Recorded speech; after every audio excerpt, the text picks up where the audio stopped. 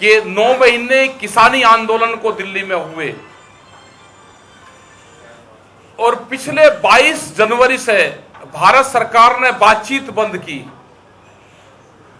हमने बार बार यह कहा कि अगर ये पार्टी की सरकार होती, ये किसी भी पार्टी की सरकार देश में होती, वो जरूर बातचीत करती।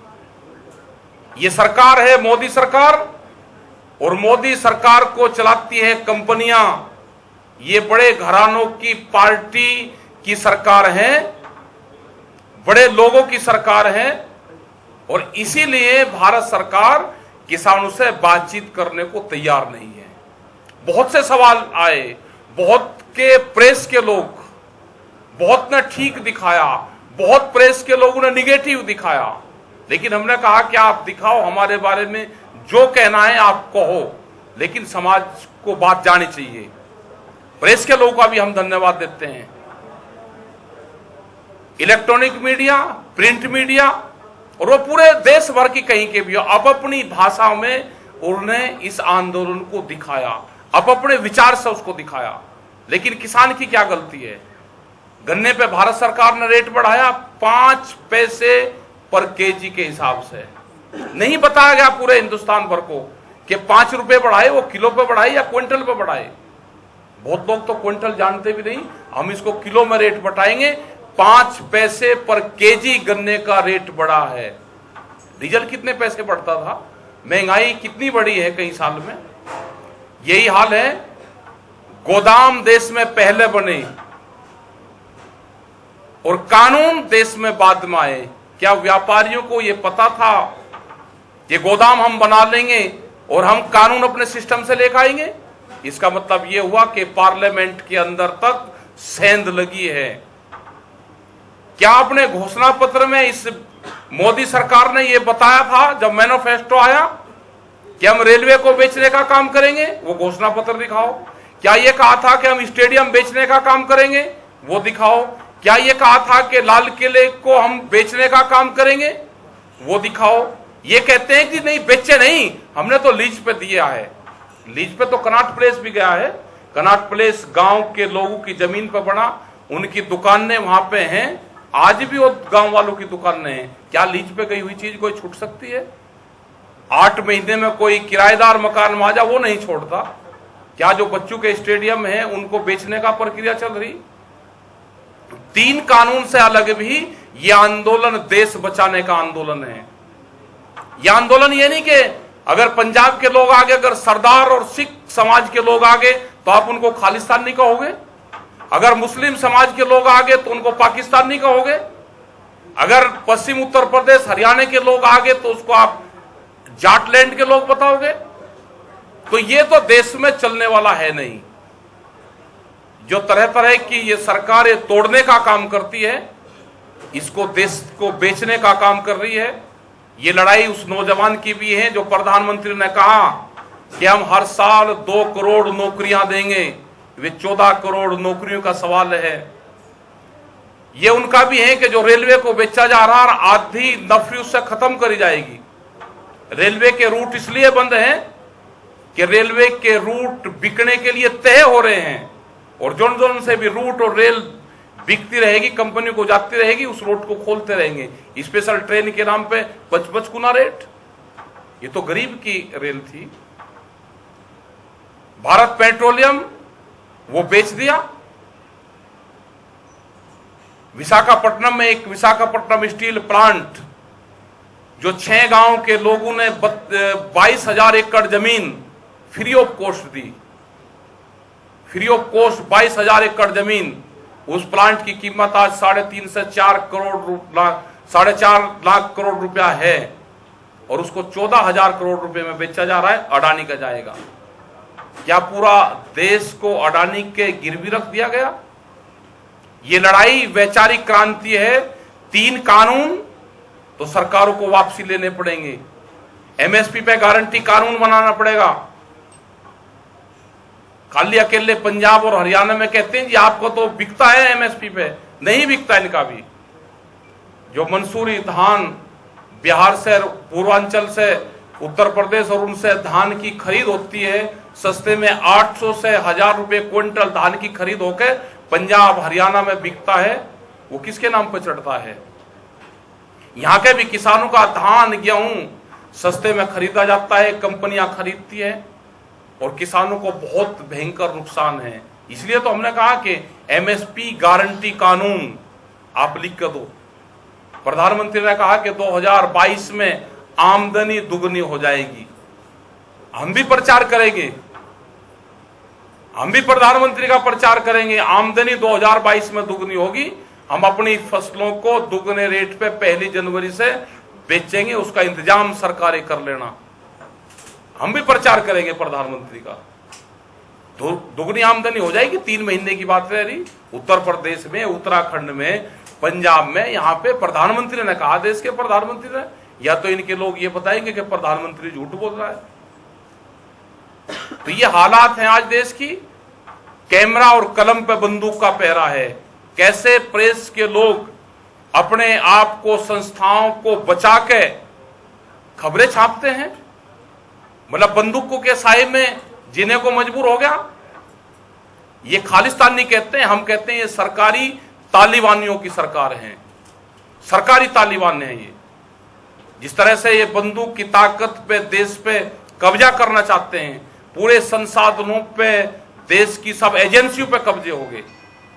तो अब यूथ को जागने की जरूरत है, किसान को जागने की जरूरत है, जागने की जरूरत है। जो वनवासी लोग हैं, जो जंगलों में निवास करने वाले लोग हैं, जो आदिवासी लोग हैं, जो भूमिहीन किसान हैं, अभी दूध का एक एग्रीमेंट होने वाला। अमूल जैसी कंपनी ने यह कहा कि अगर 10 रुपया लीटर हमको भारत सरकार सब्सिडी देगी तो हम इस कंपनी को बचा सकते हैं। अमूल जैसी कंपनी 10 रुपया सब्सिडी मांग रही है, तो आम किसान का क्या होगा? ये बाहर से दूध का एग्रीमेंट करके यहां के पशु धन को खत्म करना चाहते हैं। ये शुगर लॉबी के दबाव में बाहर से चीनी खरीद करके गन्ना किसान को खत्म करेंगे। ये अफ्रीका के देशों में दालें उत्पादन करके दालें किसान को खत्म करना चाहते हैं। हर फसल के किसान को एक एक करके मारने का काम करा जाएगा। ये किसान संयुक्त मोर्चा जो पिछले 9 महीने से इसके 40 बड़े लीडर अपनी जत्थेबंदियों के साथ में दिल्ली के चारों तरफ बैठे हुए हैं। और ये भारत सरकार कान खोल कर सुन ले, जो किसान 9 महीने से अपने घर नहीं गया, जिसने 9 महीने से दिल्ली के मोर्चे को नहीं छोड़ा, वो आने वाले टाइम पे दिल्ली के मोर्चे को नहीं छोड़ेगा। ये कान खोल कर सुन रही प्रेस में, ये कान खोल कर सरकार सुन ले, अपने दिमाग को ठीक कर ले। ये किसान छोड़ेगा नहीं। आपने गलत जगह पंगा ले लिया है। आप खेती किसानी को बर्बाद करना चाहते हो, अपनी खेती को आप बड़ी कंपनियों को देना चाहते हो, वो नहीं जाएगा। जिस तरह से हरियाणा में कानून में बदलाव करा कि कोई भी एक व्यापारी इनका साथी आएगा, किसी जमीन को, जो हाईवे पर जमीन है, उसको कहेगा कि मैं सर्किल रेट पे इसको खरीदूंगा, वो एक प्रपोजल प्रोफाइल बना कर देगा कि मुझे यहाँ पे इंडस्ट्रीज लगानी है, ये जमीन मुझे अधिग्रहण करके दे दो। तो अपने साथियों के लिए कानून खोला है इन्होंने। तो इन सब चीजों का विरोध हमको करना है। हम अपनी जमीन नहीं देंगे। इसने अगर 1000 मीटर एग्रीकल्चर लैंड हाईवे पे खरीद ली, ये उदाहरण है देश भर में, 1000 मीटर जगह खरीद ली, अधिकारियों से सेटिंग करी और अपने 4-4, 5-5 किले दूसरी जगह खरीदे जहां पे चकबंदी है और अपना हाईवे के ऊपर जमीन लगवा ली। तो ये जमीन लूट का जो षड्यंत्र रचा गया है, इससे बचना होगा और बचा जाएगा आंदोलन से। शांतिपूर्ण तरीके के आंदोलन हमारे चलेंगे। हम पूरे देश भर में जाएंगे, इनकी जो कारगुजारी है उसको बताएंगे। 5 सितंबर की बड़ी पंचायत मुजफ्फरनगर में है, उस पंचायत में घोषणा करेंगे। हम यहाँ पे वहां का बुलावा देने आए हैं, पंजाब हरियाणा की यूनिट को, चंडीगढ़ के यूनिट को, यहाँ पे सब लोग हैं, उनको यहाँ पे बताना है। चंडीगढ़ के अंदर से भी यहाँ पे बसों की व्यवस्था, जो लोग शहरों में रहते हैं, निर्मल जी हैं हमारे, ने कहा कि बसें लेकर हम भी जाएंगे। तो सब लोग आपस में कांटेक्ट कर लें कि कहां कहां से बसें जाएंगी, कौन कौन लोग जाएंगे, उनकी मॉनिटरिंग कौन करेगा। शांतिपूर्ण तरीके से लोग आए, व्यवस्था बना कर रखें। बहुत बसें जाएंगी आपस में, पता भी नहीं कि इस आंदोलन को कौन कौन सहयोग करता है। बाहर के लोग, अमेरिका से वीडियो आई, वहां के किसानों की आई, क्योंकि किसान संगठन हमारा 73 देशों में काम करता है। उन्होंने कहा कि हिंदुस्तान के किसानों को सलाम है, अपने आंदोलन को जारी रखें। हम कंपनियों के चुंगल में फंस के हम बर्बाद हो चुके हैं, और आज यहां पे कोई किसान ऐसा अमेरिका में नहीं है जो कंपनियों से मुकाबला कर सके। हिंदुस्तान के किसानों को, पूरे दुनिया के किसानों को बचाना होगा, यह अमेरिका कह रहा है। फ्रांस, इटली, सब जगह से लोग मैसेज करते हैं। लोग इस आंदोलन के साथ में हैं, जो हमारे परिवार के लोग वहां पर रहते हैं वो इस आंदोलन के सब साथ में हैं। तो आप सभी प्रेस के लोगों से कि अपनी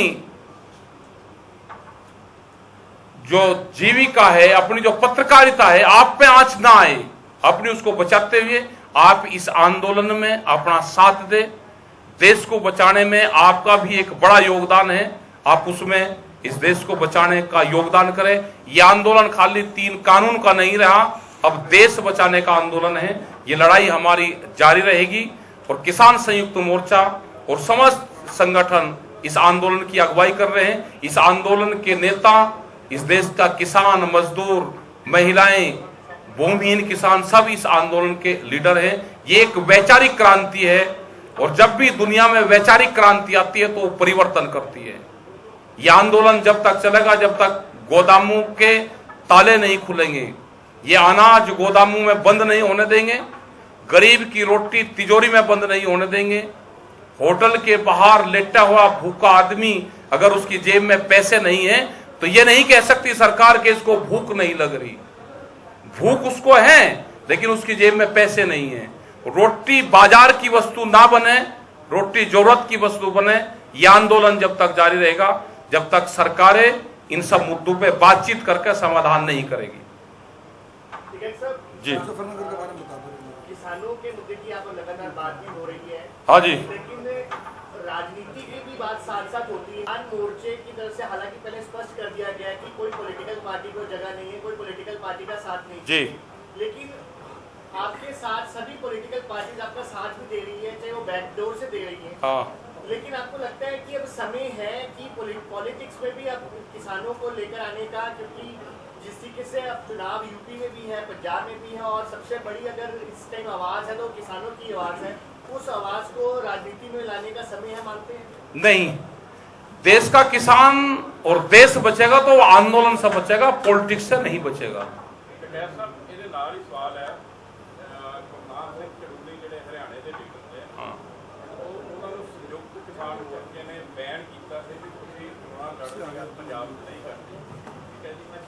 ਦੁਬਾਰਾ ਕਰ ਰਹੇ ਨੇ ਚੰਡੀਗੜ੍ਹ ਜੂਨ ਚ ਉਹਨਾਂ ਨੇ ਆਪਣਾ ਇੱਕ ਬਣਾ ਲਿਆ ਜਿਹੜੀ ਰੈਲੀ ਚ ਤੁਸੀਂ ਜਾ ਰਹੇ ਜੇ ਉਹ ਇੱਕ ਗੁੱਟ ਦੀ ਰੈਲੀ ਹੈ ਚੰਡੀਗੜ੍ਹ ਚ 2 ਗੁੱਟ ਬਣ ਗਏ ਪਰਸੋਂ ਉਹਨਾਂ ਨੇ ਰੋਪੜ ਚ ਵੀ ਆਪਣਾ ਵੱਖਰਾ ਯੂਨਿਟ ਬਣਾਇਆ ਔਰ ਇਹ ਸੱਦਾ ਦਿੱਤਾ ਵੀ ਪੰਜਾਬ ਦੇ ਕਿਸਾਨਾਂ ਮਜ਼ਦੂਰਾਂ ਨੂੰ ਇਲੈਕਸ਼ਨ ਲੜਨੀ ਚਾਹੀਦੀ ਹੈ। ਤੁਸੀਂ ਪਰਸੋਂ ਚੌਥ ਆਏ ਸੀ, ਤੁਸੀਂ ਇਹ ਕਿਹਾ ਸੀ ਗੁਰਨਾਮ ਸਿੰਘ ਚੜੂਰੀ ਨੇ ਤੇ ਮੁੱਖ ਮੰਤਰੀ ਦੇ ਅਹੁਦੇ ਤੋਂ ਅਸਤੀਫਾ ਦੇ ਦਿੱਤਾ, ਪਰ ਲੱਗਦਾ ਵੀ ਅਸਤੀਫਾ नहीं ਦਿੱਤਾ, ਕਿਵੇਂ ਰੋਕੋ? वो उनका व्यक्तिगत हो सकता है, संयुक्त मोर्चे का नहीं है। अरे जिसको लड़ रहा भाई वो तो व्यक्तिगत वो है, उसको कौन किसी को रोक सकता है? घर में ही नहीं रुकता है आदमी वो। ਅੱਜ ਐਲਾਨ ਕਰੋਗੇ ਪੰਜਾਬ ਚ ਇਲੈਕਸ਼ਨ ਲੜੋ ਤੇ ਇਹ ਟਕੈਰ ਸਾਹਿਬ ਦਾ ਪਰਸਨਲ ਤਾਂ ਨਹੀਂ ਹੋਊਗਾ, ਤੁਹਾਨੂੰ ਤੇ ਲੋਕ ਕਿਸਾਨ ਲੀਡਰ नहीं, कोई नहीं इलेक्शन लड़ रहा, ना संयुक्त मोर्चे का कोई फैसला है कि इलेक्शन लड़े, वो नहीं है। अभी तो किसानी आंदोलन है, अभी क्या कोई चुनाव है? चुनाव को जिस दिन चुनाव आचार संहिता लग जाएगी, चुनाव की घोषणा होगी क्या? अभी जिस दिन घोषणा हो जाएगी उस दिन बता देंगे। वोट किस ਨੂੰ ਪਾਈ ਜਾਵੇ? ਫਿਰ 4 ਪਾਰਟੀਆਂ, ਤੁਸੀਂ ਚਾਰਾਂ ਦੀ ਵਿਰੋਧ ਕਰ ਰਹੇ ਹੋ ਵੀ ਕਿਸੇ ਦੇ ਨੂੰ ਸਵਾਲ ਕਰੋ सारा ਨੂੰ जाके, पर वोट किसਨੂੰ? अरे आंदोलन मजबूत रखो, जिसकी भी सरकार बनेगी उसके बाहर ही लाठी काटो अपनी। साहब ये बताइए कि आपने कहा कि ये आंदोलन देश बचाओ का होगा। हाँ जी, तो देश बचाने के लिए आपने कौन कौन से मुद्दे आइडेंटिफाई किए जिनको एड्रेस करना चाहिए? देखो ये जो संस्थाएं बिखरी है और जो ये सरकार कहती है कि हम इनको लीज पे दे रहे हैं, क्या देश आजादी के बाद में कोई और सरकारें आई नहीं कि इस पूरे देश को लीज पे दे देती? क्या पार्लियामेंट भी लीज पे जाएगा क्या? भाई पार्लियामेंट भी अगर लीज पे जाना हो तो भाई उसको भी दे दो, पहले पार्लियामेंट को लीज पे देने की शुरुआत करो। लखोवाल साहब का ਤੁਹਾਨੂੰ ਸਵਾਲ ਆਗਾ, ਗੰਨੇ ਦੀਆਂ ਕੀਮਤਾਂ ਵਧੀਆਂ, ਉੱਥੇ ਮੂੰਹ ਮਿੱਠੇ ਕਰਾਏ ਗਏ। ਜੇਕਰ ਦਿੱਲੀ ਅੰਦੋਲਨ ਚੱਕਿਆ ਜਾਂਦਾ ਤਾਂ ਉੱਥੇ ਫਿਰ ਕਿਸ ਦਾ ਮੂੰਹ ਮਿੱਠਾ ਕਰਾਇਆ ਜਾਊਗਾ? दिल्ली का ਜਥੇਬੰਦੀਆਂ ਨੂੰ ਇਹ ਸਵਾਲ ਆਗਾ। अरे चलो बढ़ाया, किसी ने अगर रेट बढ़ाया, कंपटीशन तो होया। उत्तर प्रदेश में हरियाणा में तो बढ़ा ही नहीं भाई, जिसने ये भी उससे बड़ा चेहरा बने ना, उत्तर प्रदेश, उत्तराखंड, पूरा देश उससे बड़ा चेहरा बने। पंजाब ने बढ़ाया तो इससे ज्यादा बढ़ावे में हमने उत्तर प्रदेश को कहा हम के वहां पे उत्तर प्रदेश में भी रेट बढ़े। उत्तर प्रदेश में बिजली के रेट सबसे ज्यादा है, 175 रुपए हार्स पावर। पंजाब में फिर ये, हरियाणा में 35 रुपया है, उत्तर प्रदेश में 175 है। तो ये तो कंपटीशन है मुख्यमंत्री का। अब टाइम आ गया है कि इनको कंपटीशन में काम करने चाहिए, किसान का चेहरा बने, जिसको जनता वोट देगी दे लगी। सरकारी तालिबान क्यों? हमको एक खालिस्तान नहीं है। हम अगर हम खालिस्तान नहीं है तो ये सरकारी तालिबान नहीं है भाई। बंदूक के ताकत पे देश पे कब्जा करना चाहते हैं। भारतीय जनता पार्टी सारिया पार्टियां का विरोध करना जो पंजाब जाते हैं, क्योंकि पंजाब के किसान सारिया का विरोध कर रहे हैं, ये स्पष्ट करो कि कभी बीजेपी का करना कि नहीं, हमारा तो सत्ता का है। जो सत्ता में रहेगा और वो ठीक काम नहीं करेगा, अपने किसान के चेहरे बनाओ। जो मुख्यमंत्री बन गया, जिसकी सरकार बनेगी, आप किसानों के लिए, गांव के लिए काम करो। जो वोट देगी जनता दे लेगी, जहां देगी। अरे कर लेंगे भाई, जिसको जहां देनी होगी दे लगा वोट। वो हम क्या, ये वोट का इलेक्शन का काम है क्या? पंजाब से आंदोलन शुरू हुआ, पंजाब से इस आंदोलन की शुरुआत हुई थी, तो अब पंजाब का चुनाव आ रहा है, काफी बड़ा चुनाव है। क्या किसी पार्टी को नहीं, हमारा वोट से कोई मतलब नहीं है। इसका वोट देखो, किसान अपने आप जो खुश होगा जिससे, उसको दे लगा भाई। एक ही घर में एक ही चूल्हे पर रहते हैं, अपनी माँ के साथ में बच्चे लड़ते हैं, मुझे ये खाना, मुझे पराठा आलू का खाना, मुझे दही के साथ में खाना, तो सबकी अब अपनी च्वाइस है भाई। अरे वे एक मुट्ठी चावल मांग रहे थे वहां पे, धान, एक मुट्ठी धान में के साथ में वोट मांग रहे थे। हमने तो वे पकड़े, चोरी कर रहे थे। अगर चोरी करता है कोई पकड़ लिया और उसको चोर कह दिया, कोई गलत कह दिया क्या? अरे यूपी में भाई इनका इलाज करेंगे, इसका इलाज है, सरकार का इलाज है। गांव में इनको इलाज करेंगे। इनका कोर्स होगा 3 साल का। इनके है दिमाग की बुखार, 3 साल में ये ठीक हो जाएंगे। और हमारा इलाज है पार्लियामेंट में और विधानसभा में। हमारा इलाज वहां पर होता है, किसान का इलाज। हम अपना इलाज वहां पर करवाएंगे, हमें जाने नहीं देते। ये गांव में जा रहे, हमने इनके खुली छूट कर दी, आप गांव में आओ। प्रधानमंत्री का जो प्रचार उनका था, आप भी करो, हम भी करें, क्या दिक्कत है भाई? सबके सामने प्रधानमंत्री ने कहा कि 2022 में आमदनी दुगनी हो जाएगी। हम भी कह रहे, ये भी कहें, प्रचार करें ना। ये भी हम तो ही नहीं कहे उसका कर रहे, वो कहते हैं प्रधानमंत्री हमारा है, हम भी कह रहे कि प्रधानमंत्री तुम्हारा है। करो प्रचार, और हम भी करेंगे, क्या दिक्कत है उसमें? जो भी 1 जनवरी से फसल बिकेगी वो दुगने रेट पे बिकेगी, क्या दिक्कत उसमें? बेची जाएगी। हम तो यही तो कहेंगे, प्रधानमंत्री ने कहा भाई, देश के प्रधानमंत्री ने। या तो ये बताओ कि देश का प्रधानमंत्री झूठ बोलता है? हर चैनल पे विज्ञापन लिए आपने, सबने चलाए। तो अब आपसे ये है कि बड़ी खबरें छापो। हम भी कह रहे, देश के प्रधानमंत्री ने कहा कि आमदनी 2022 में दुगनी हो जाएगी। क्या अरे कर लेंगे, जब चुनाव होगा कर लेंगे। अभी तो सांस ले लो ना, अभी कहाँ चुनाव है? जिस दिन चुनाव की घोषणा हो जाएगी उस दिन बताएंगे। सितंबर से आपका मिशन यूपी स्टार्ट हो रहा है। मिशन यूपी है, उत्तराखंड है, पंजाब है, मिशन देश शुरू होगा। हाँ, मिशन देश, हाँ मिशन देश होगा। हरियाणा विधानसभा में खट्टर सरकार ने किसानों को मुद्दा मानने से मना कर दिया। हाँ, मानना कर दिया होगा भाई मुद्दा, उनने मार दिया। बताओ हम क्या करें? अगर हमें मुद्दा नहीं मान रहे तो हम क्या करें? देखो, उसे जाना है, उसे बढ़ना है, खट्टर को बढ़ना है, कैबिनेट में जाना उसको, वो यहाँ से छोड़ना चाह रहा। यहाँ का एक होम मिनिस्टर है, उसे मुख्यमंत्री बनना है। इनकी तो घर की राड है भाई, इसमें हमें क्यों बांटो तुम इसमें? कैसा जो अब चुनेंगे लोग, अगर वो उसकी क्या गारंटी है वो आपकी बात मानेंगे? ध्रुवी साहब भी ये कहते हैं। अरे बात तो आंदोलन में दम रहना चाहिए, बात तो मान लेंगे। तो दोबारा फिर आंदोलन चलेगा? अरे क्यों नहीं चलेगा आंदोलन? आंदोलन पे कोई स्टे है क्या? स्टे हो तो बताओ भाई आंदोलन पे। जो सरकारें काम नहीं करेगी उसके खिलाफ आंदोलन चलेंगे, जो अधिकारी काम नहीं करेगा उसके खिलाफ आंदोलन चलेगा। ਟਕੈਤ ਸਾਹਿਬ ਤੁਸੀਂ ਕਿਹਾ ਕਿ ਜਦੋਂ ਚੁਣਾਵ ਆਉਣਗੇ ਉਦੋਂ ਵਿਰੋਧ ਕਰ ਲਾਂਗੇ, ਪਰ ਕਿਸਾਨ ਤਾਂ ਹੁਣ ਵੀ ਵਿਰੋਧ ਕਰ ਰਹੇ ਨੇ, ਹੁਣ ਕੀ ਕਹੋਗੇ ਫਿਰ ਕਿਸਾਨਾਂ ਨੂੰ? कहाँ कर रहे हैं पंजाब में ਪੰਜਾਬ में विरोध कर रहे हैं हर जगह भी। और करंदा ठीक कर रहे हैं। ये आपने बोला ना भी जब चुनाव आएंगे। अरे अब भी तो कर रहे हैं ना अपना भाई। वो भैंस का दूध एक ही दिन निकाल लोगे सारा, सैसे पूरा 8 महीने देगी वो दूध। करंट है, हाँ दिमाग इतने ठीक करेंगे ना उनके। कैसा भी एसकेएम का फैसला भी सभी का होना चाहिए, ये आपका निजी विचार? नहीं सभी का फैसला है, किस किस का क्या क्या फैसला है बता देंगे। अभी तो 5 तारीख को करेंगे घोषणा। और पंजाब की क्या जत्थेबंदी इतनी कमजोर है, ये तो सारू से विरोध करके झेल लेगी भाई। इनके लड्डू भी खाओगे, इनका विरोध भी करेंगे, जब भी तो काम करेंगे। इसलिए कैप्टन साहब का मुंह मीठा करा दिया। अरे अच्छा, उसने गन्ने का भाव बढ़ा दिया, करवा दिया, हमारे क्या उसने कोई वो सोने की चेन लेगा क्या कैप्टन तोड़ के? बताओ। अरे धन्यवाद तो देना पड़ेगा।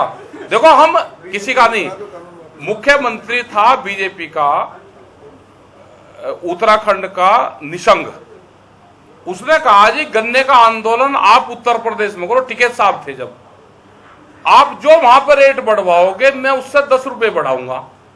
मायावती की सरकार थी, वहां पे आंदोलन करा, हमने 40 रुपए बढ़वा दिया, उसने भी 40 रुपए बढ़ा दिया। उसने कहा जी मुझे टिकैत साहब से मिलवा दो और मैं 10 रुपए और बढ़ा दूंगा उनके कहने से। हमने टिकैत साहब को कहा जी मिल जाओ, एक मुख्यमंत्री मिलने से अगर किसानों का भला हो जाए तो मिल लो।